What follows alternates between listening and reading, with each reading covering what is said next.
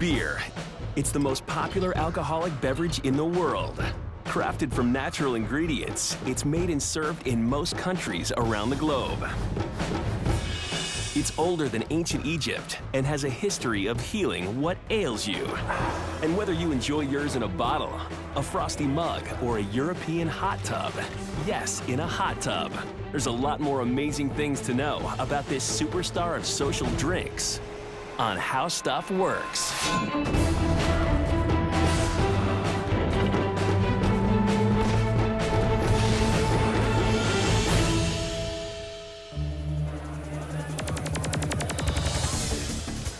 Beer is the most consumed alcoholic beverage in the world. Worldwide, over 42 billion gallons are produced every year. In the US alone, adults drink over 7.4 billion gallons a year. Brewing beer requires more than mixing a handful of ingredients together to meet consumer demand. What's amazing about this wildly popular drink is that a complex series of biochemical reactions must take place to make it happen. This giant industry bubbles over with innovation and creativity. Competing side by side with the big brewers are a unique class of fearless craft brewers, and even thousands of die-hard beer lovers who cook beer up at home. Did you ever think you could major in it? Well, there are even college universities that offer master's degrees in brewing.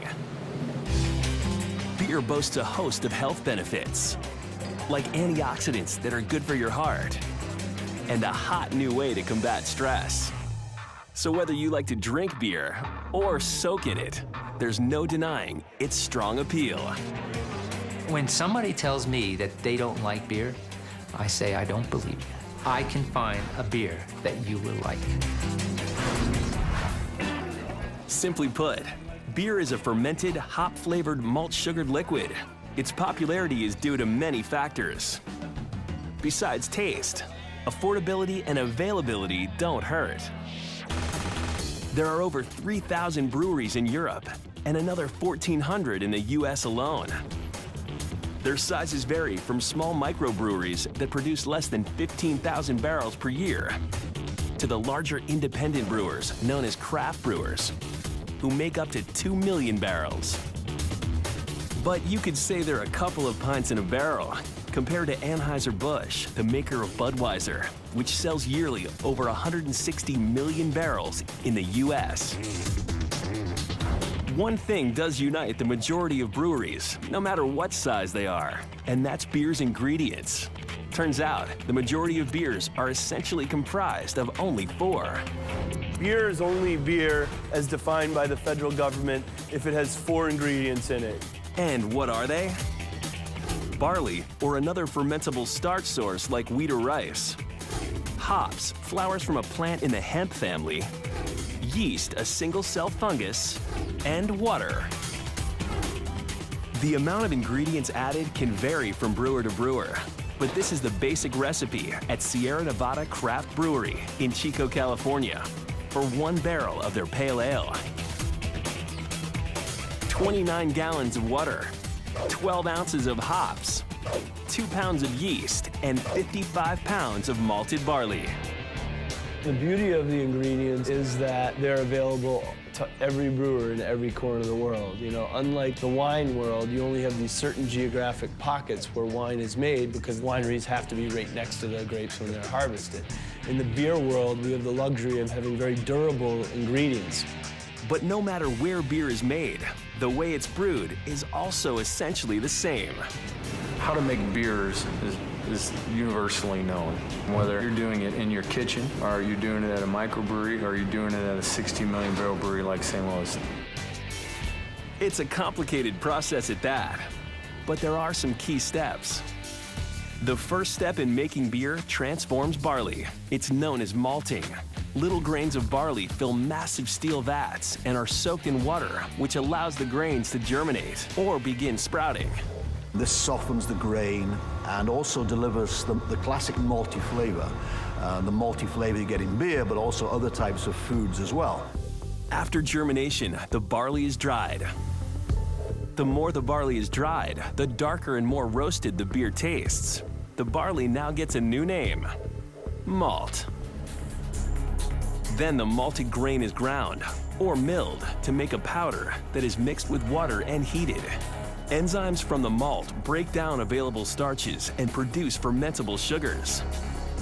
The resulting liquid is now called wort.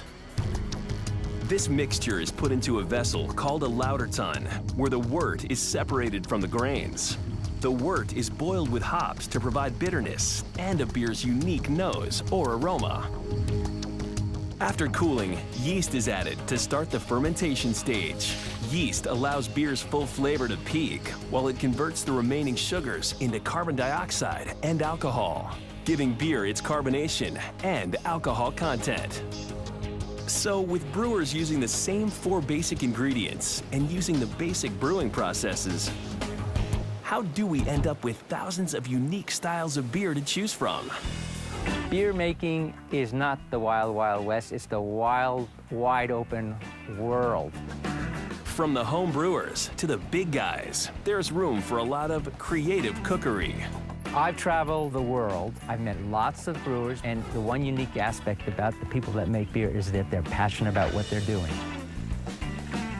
Great brewers are like great chefs, using their own special combinations of barley, hops, and bubbling yeast.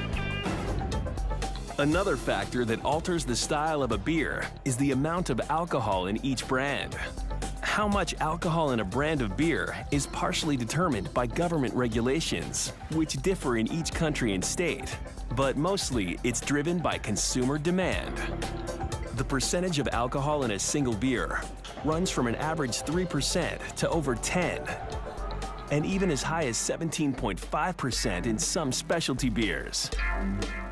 Still, with so many different beers available around the world, the majority of well-known styles fall into just 2 categories: ales and lagers. Ales, which include stouts, India Pale Ales, lambics, wheat beers, and porters, are known to have heavier, fruitier flavors. Lagers, which include pilsners, bocks, Schwarzbier, and malt liquors, are generally crisper and cleaner tasting. But it's not just the flavor that distinguishes an ale from a lager. It's the way they're fermented. A lager is just a generic term for bottom fermented beer, okay? And when you add the yeast in primary fermentation, we start creating that alcohol and start creating CO2, and eventually the yeast will start settling to the bottom of the fermenter. In very simple terms, that's a lager. An ale uses a different type of yeast, and you start creating the alcohol, and the yeast rises to the top. Ales are generally fermented warmer, about 15 degrees warmer than a lager, so it provides a completely different flavor. Now, your favorite brand might come light. If so, you're not alone. Bud Light is the largest selling beer in the world. Light beer is basically lager beer, brewed to have lower levels of calories, carbohydrates, and often less alcohol. Bud Light has a truly unique brewing process. It takes probably twice as long in the brew house to make a Bud Light.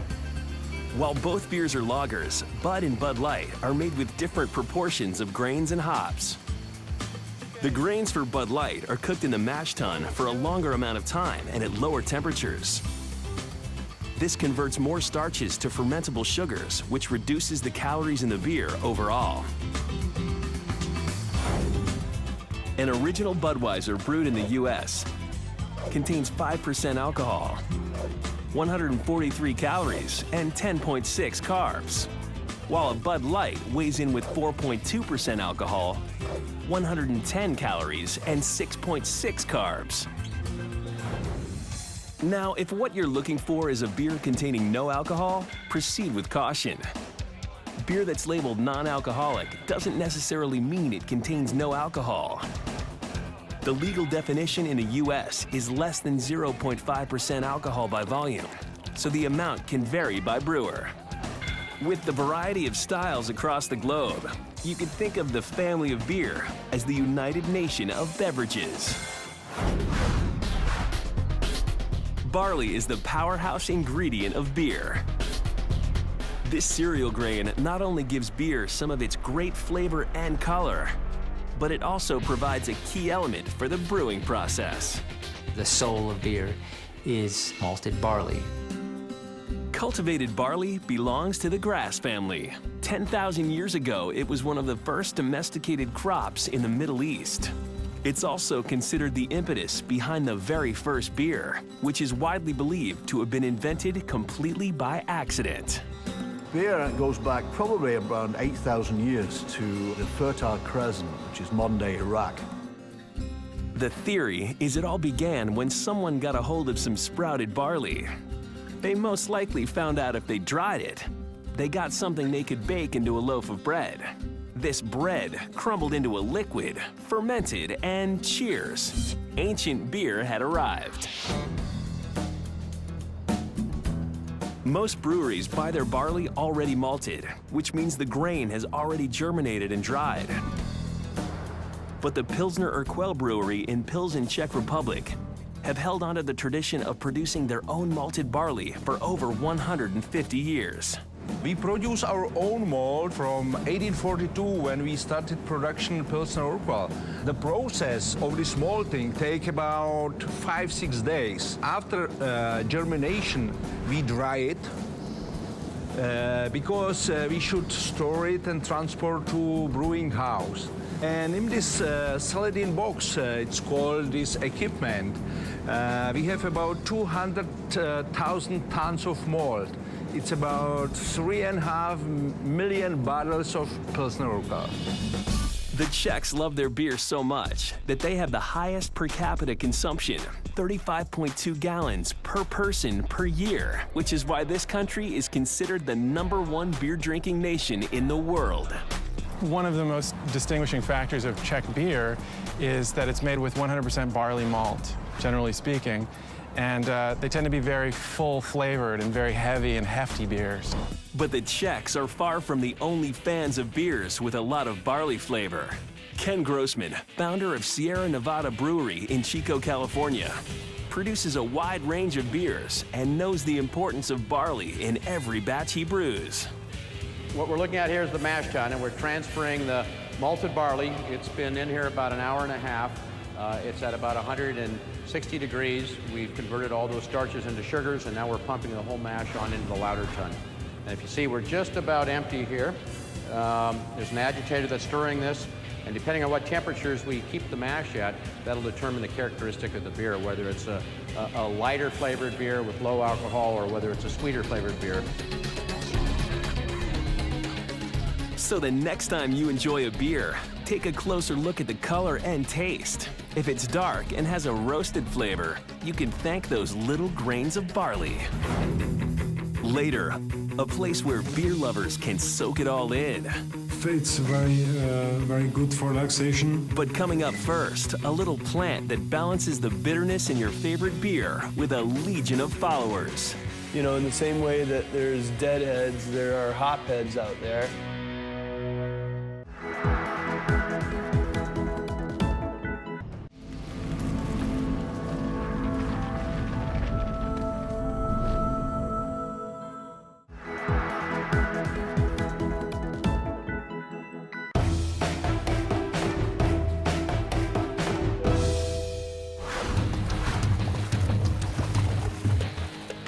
Holy hair of the dog.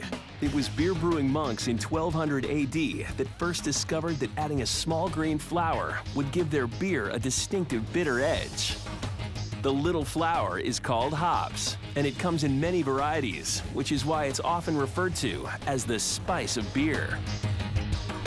Hops is what gives the bitterness to counterbalance the sweetness of the barley.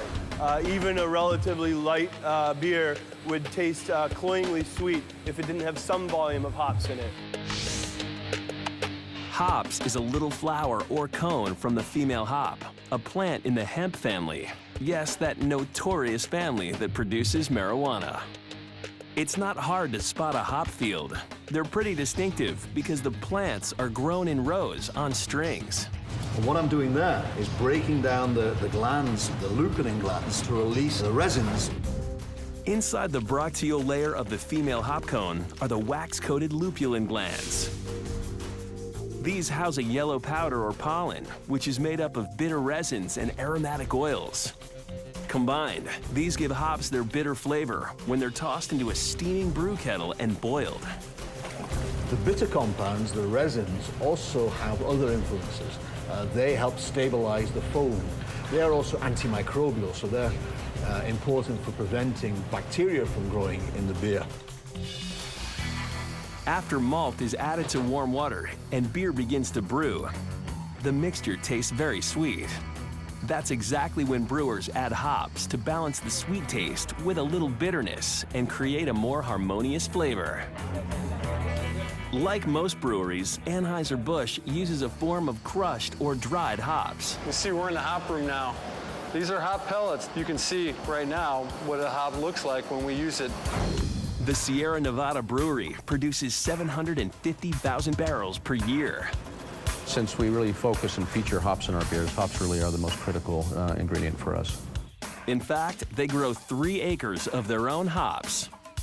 We have been growing our own hops here at the brewery for the last 4 years. You know, in the same way that there's deadheads, there are hopheads out there, and it's a growing contingent of people who are looking to challenge their taste buds. It's good. Dogfish Head Craft Brewery in Milton, Delaware is known for creating cutting-edge or hybrid beers using ingredients from vanilla beans to honey and grapes. This is orange blossom honey. We have pureed raisins. But hops still tips the scales when it comes to adding powerful flavor. I believe we use the highest volume of hops per barrel of any brewery in the country. That's because we brew such a high volume of IPAs, India Pale Ales, which are a very hoppy style. Hops is generally added to the boil kettle only once during the brewing process. But that isn't enough for Dogfish. To further enhance the flavor of some of their beers, they devised a way to keep the hops coming. We even invented our own little continual hopping device. Our IPAs are the only continually hopped IPAs in the world. And by dosing a little bit of hops in the entire time you brew, instead of what the tradition is dumping giant volumes of hops in once or twice, by dosing it in little increments, it makes for beer that's intensely hoppy without being crushingly bitter. Not only do great brewers act like chefs, some like Sam are part inventors. Beer has developed into such big business that brewing's become a competitive and very academic science. Beer is so complex. It's a really detailed science and technology. The whole journey from barley through to beer, with the flavoring by the hops and the action of the yeast, there's a rich mine of science to be studied there. And Dr. Bamforth would know.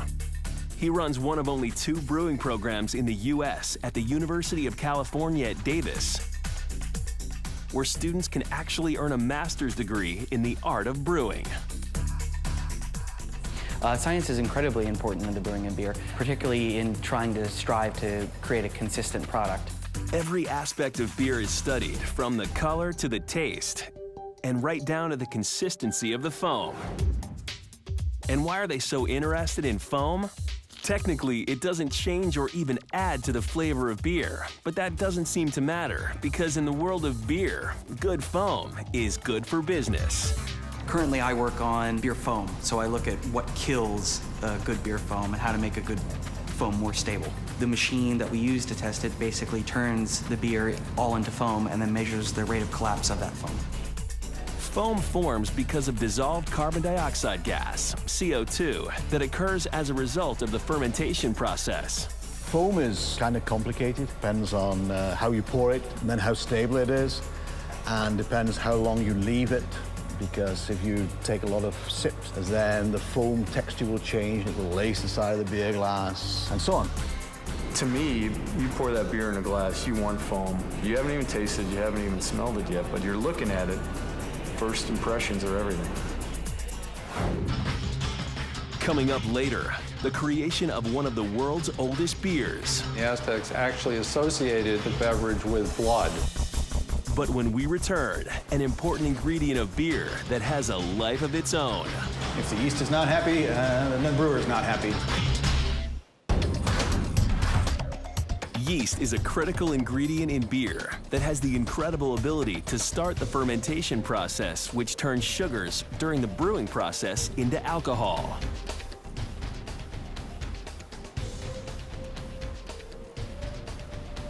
There have been examples of bottles of beer that have been found in shipwrecks that, even though they are hundreds of years old, they could take that bottle, isolate that yeast, feed it some sugar, and grow it up, allowing brewers to step back in time and make beer with these ancient yeasts. In a laboratory at Sierra Nevada, they propagate or reproduce their own yeast. In fact, they have been using the same strain since the day they began brewing in 1980. So this is a yeast slurry that was taken out of a fermenter, and so this is the active yeast that's in one of our fermentation tanks. In this sample here, there's literally millions of yeast cells.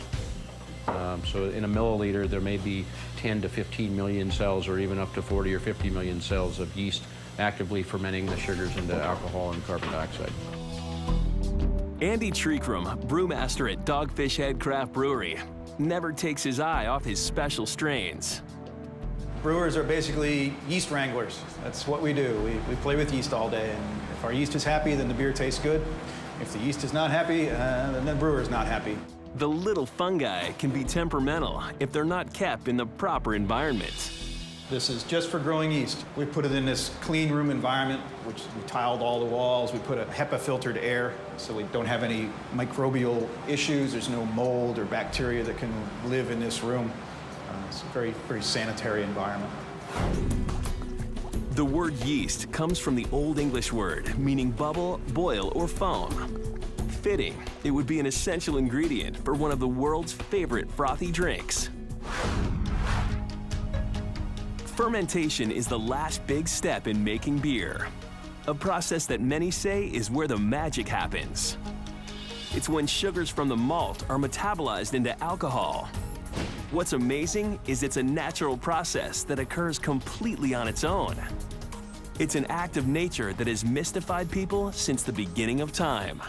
The fermentation process is like something otherworldly because it just happens by itself. You can't see the yeasts and things are bubbling and churning and so forth. This was incorporated into the religion.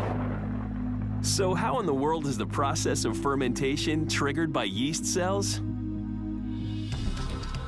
Molecules of glucose or sugar enter the yeast cells through diffusion.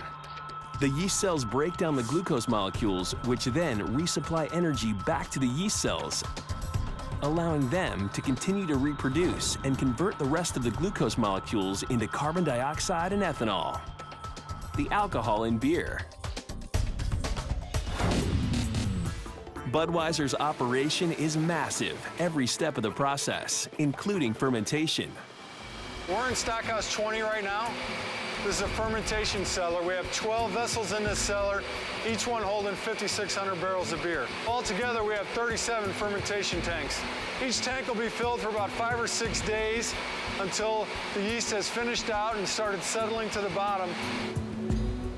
Like Budweiser, most breweries wrap up their brewing process by allowing their beer to ferment in sealed steel tanks.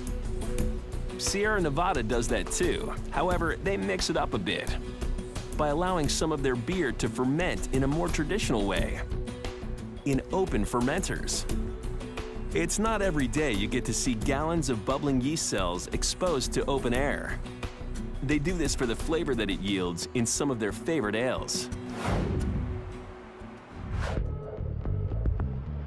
Pilsner Urquell in the Czech Republic produces 1.5 million pints of beer a day.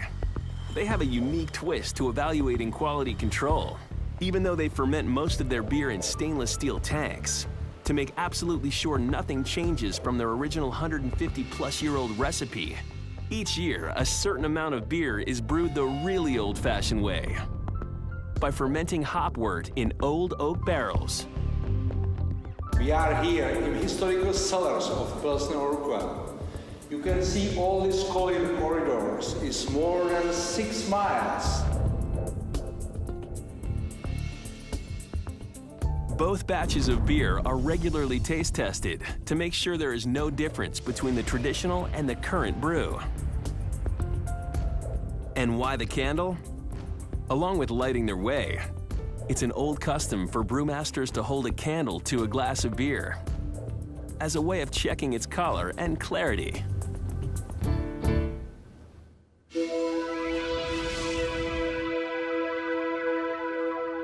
Now we are in maturation cellars. Here is developed the final taste and aroma of the beer. And I would explain you what is different on Pilsner Urquell.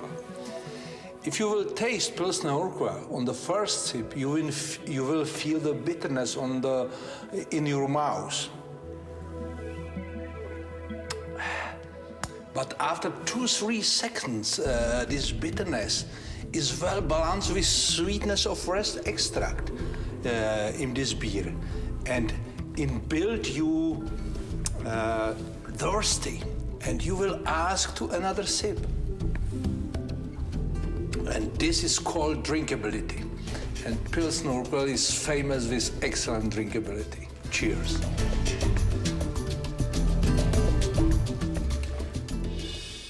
Later in the show, secret beauty tips from beer. But first, when we return, a laundry room that doubles for a brewery. How many people have a variety of beer in their refrigerator in their basement? Oh, that's good.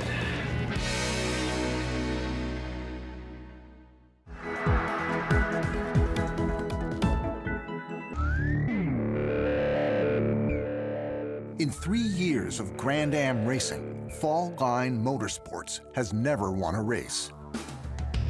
Team owner Mark Bowden has made a huge investment in doing better this year. New drivers, a new head engineer, and a third car. The quest for speed, measured in miles per hour or fractions of a second. Go too slow and you lose the race. Wow! Pushing his way, bulldozing his way through. Go too fast and you'll never race again. Speed comes down to physics, chemistry, engineering, physical and psychological conditioning. You can't be the fastest until you master the science of speed.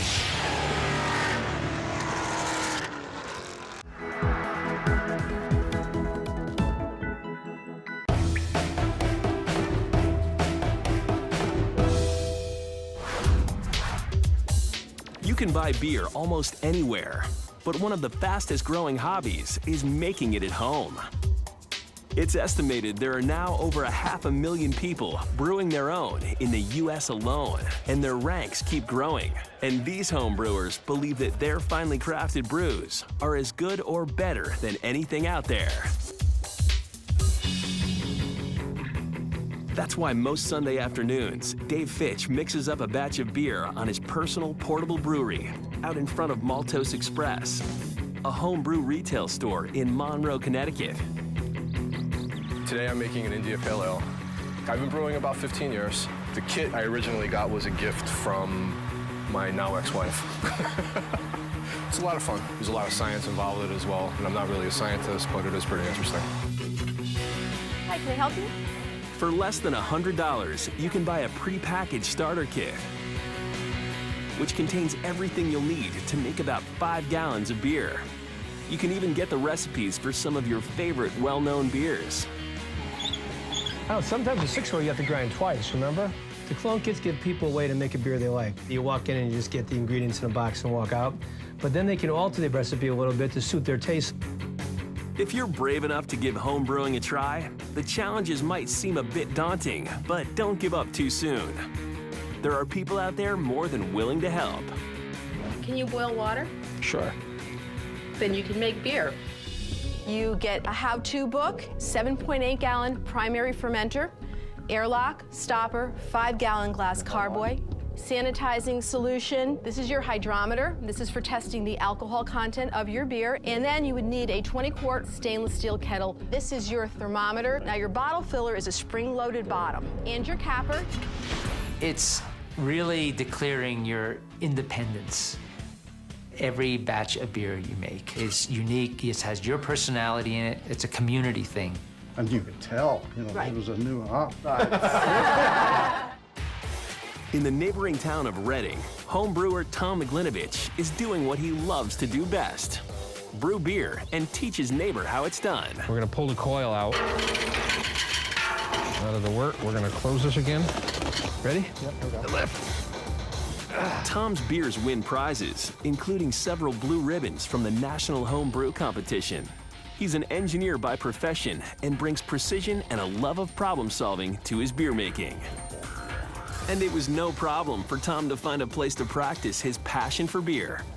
His laundry room doubles as his brewery.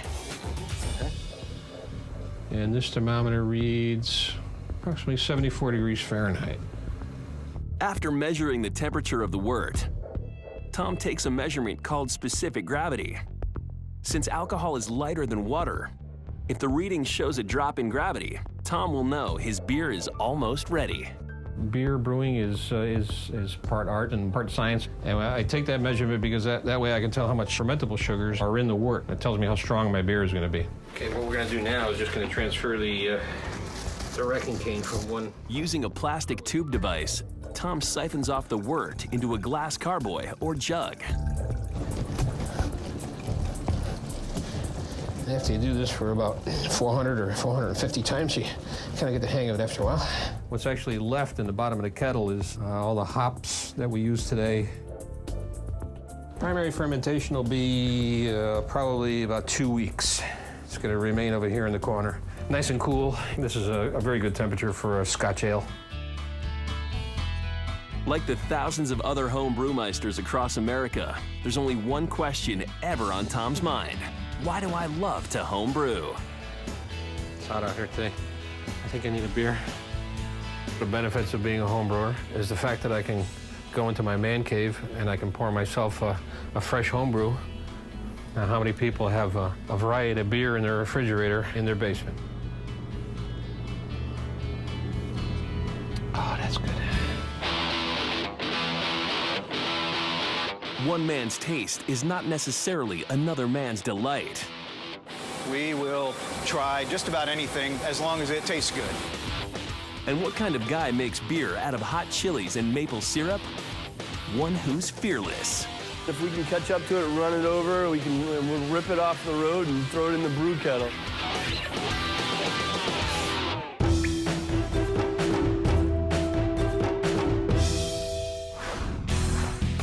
There's a whole world of beer makers out there known as craft brewers, whose creativity, tenacity, and fearlessness is keeping the beer industry on its toes. Small craft brewers are commercial breweries that produce fewer than 2 million barrels of beer a year. Many are boutique operations that have much more latitude to experiment with different ingredients. And at Dogfish Head Craft Brewery in Delaware, they do. If we can catch up to it and run it over, we'll rip it off the road and throw it in the brew kettle. You know, we're pretty fearless in what we put into our brews. Their motto is off-centered ales for off-centered people. To use non-traditional ingredients just really got me thinking that I could kind of put my own thumbprint on beer. And true to form, Sam makes some pretty crazy beers. Everything from a pumpkin ale to a chicory stout to a beer called Raison d'Etre. A brown ale brewed with malt, beet sugar, and raisins. If there's a secret to our success in brewing, it's because we're not afraid. We will try just about anything as long as it tastes good. Some of their other unique ingredients include hot chili peppers, maple syrup, juniper berries, honey, grapes, saffron, and licorice root. I think brewing should be recognized as an art form, just as painting or sculpting or anything else is. And that's why it's been around for centuries, as people feel closer to the gods when they brush up against fermented beverages, and that's a beautiful thing.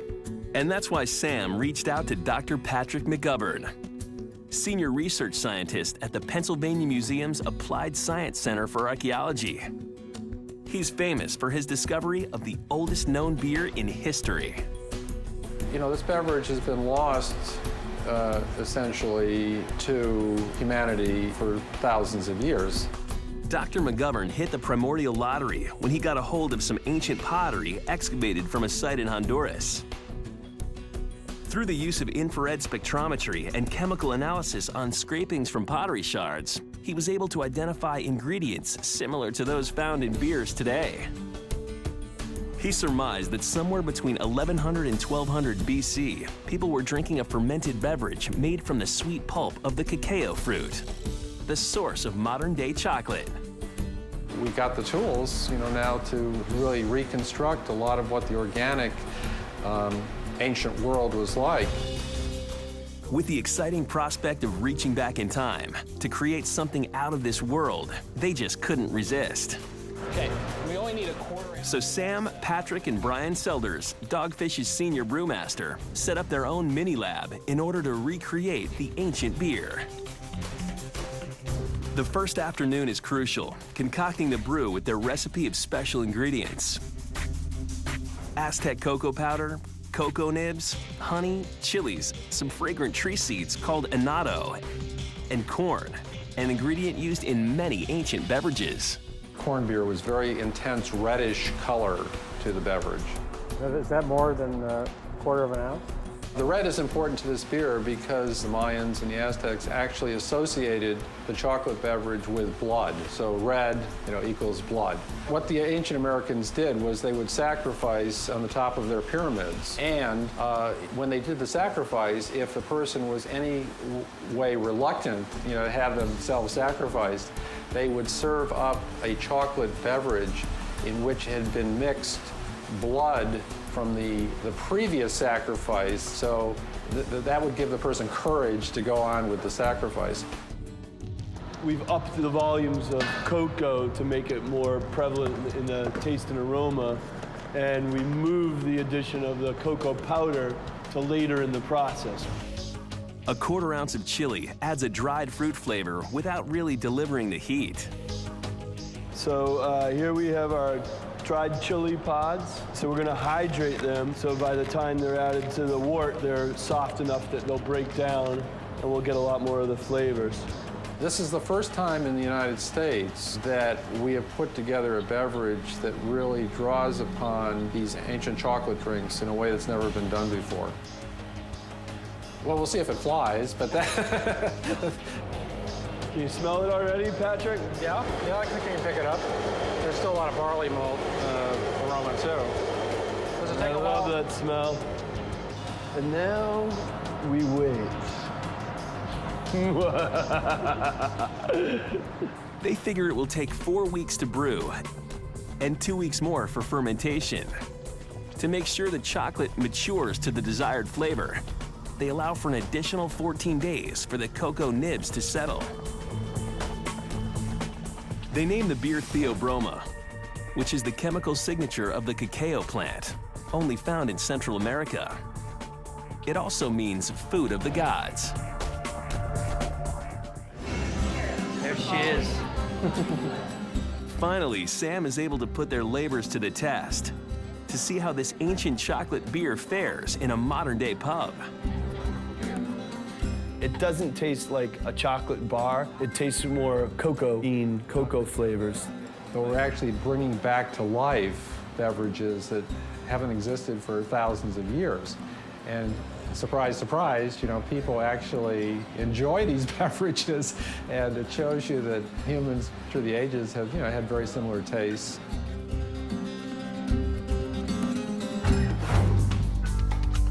Coming up, an exotic way to soak up beer in all its glory. And the last and the best ingredient is a special dark lager beer from our brewery.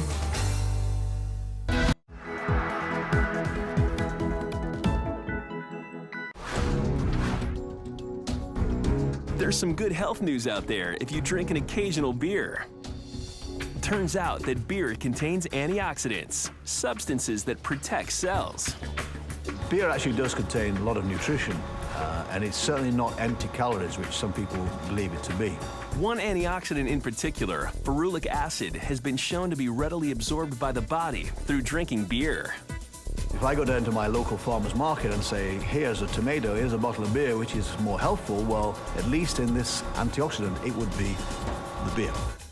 Additional research on antioxidants has shown other physical benefits as well.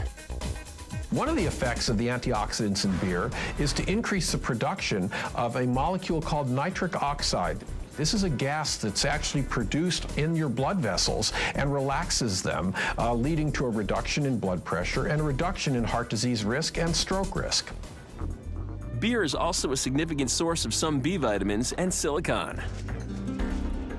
Beer and bananas are the two richest sources of silicon in the diet. Now there's a lot of evidence to suggest that moderate consumption of beer will reduce the late onset of osteoporosis.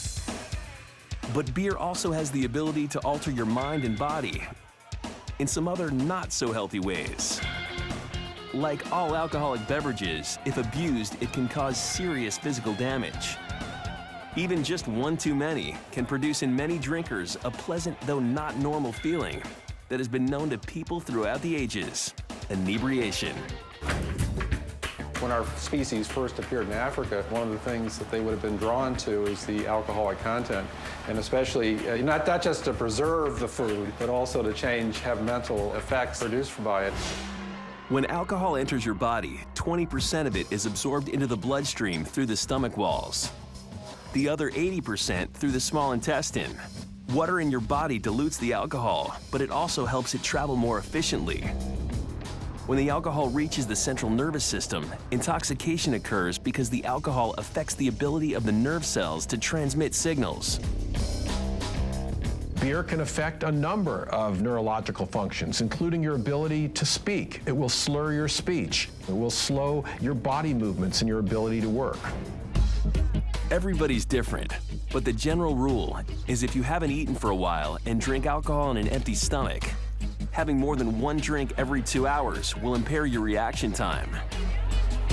Beer tends to have about 12% alcohol, which is about the same amount of alcohol that one would get in 1 shot of whiskey or in 1 cup of wine. A full glass of beer, such as this, would contain about 1 ounce of pure alcohol, demonstrated here by this shot glass. So like many mothers have always said, everything is best in moderation, and that includes beer. Beer baths? Actually soaking in a hot tub of brew? Leave it to the Czechs. The Czech Republic, and especially this part of the Czech Republic, has a long tradition of balneology, that is, bathing and healing people with curative baths. You heard it right. Chodovar, a family-owned brewery in Chodova Plana, offers a refreshing alternative to your average jacuzzi. Down in the cellar of the brewery's hotel, there's a unique spa with 6 steel tubs filled with golden beer. This brewery is known for producing its own mineral water to drink. And in addition to producing a kind of healthy, salubrious bathing experience that's supposed to be good for people and cure what ails you. The people come from all Europe, all the world. I think we'd all tend to agree that bathing in beer is an unusual idea. But as it turns out, it may not be a new one. Rumor has it that it dates back to the Egyptians. The beer bath have a lot of oxygen, and the oxygen is really good for the blood pressure. It's very good for the skin, for the hair, and for the nails. Along with 20 minutes of soaking in pure beer heaven, the beer spa offers a taste of their house brew. In addition to baths, actual places to bathe in beer, they have a place to lie down and relax because it's so relaxing, you generally fall straight asleep. From the brew kettles to lauter tons and on to the fermentation tanks, all great beers begin with a combination of some of nature's finest ingredients. Like barley, the soul of beer. Hops. The hop makes a huge contribution to the quality of the beer. Water. Over the centuries, different styles of beer have evolved due to chemical composition of the water. And finally, yeast, the ingredient behind perhaps the most mystical process of all. Fermentation's a beautifully magical process, and that's why it's been around for centuries. From ancient recipes resurrected to the modern science of brewing, there's a whole new world of taste possibilities waiting to be explored. The wonderful thing about our beer culture is it's all about discovery. It's not just what it used to be years ago, a refreshing beverage in the middle of the summer or when you're thirsty. It's much more than that. So I see the future being more like what our ancestors were all about, which is let's not pay attention to styles, let's pay attention to flavors. Back to the future is where we're going. Cheers. Close.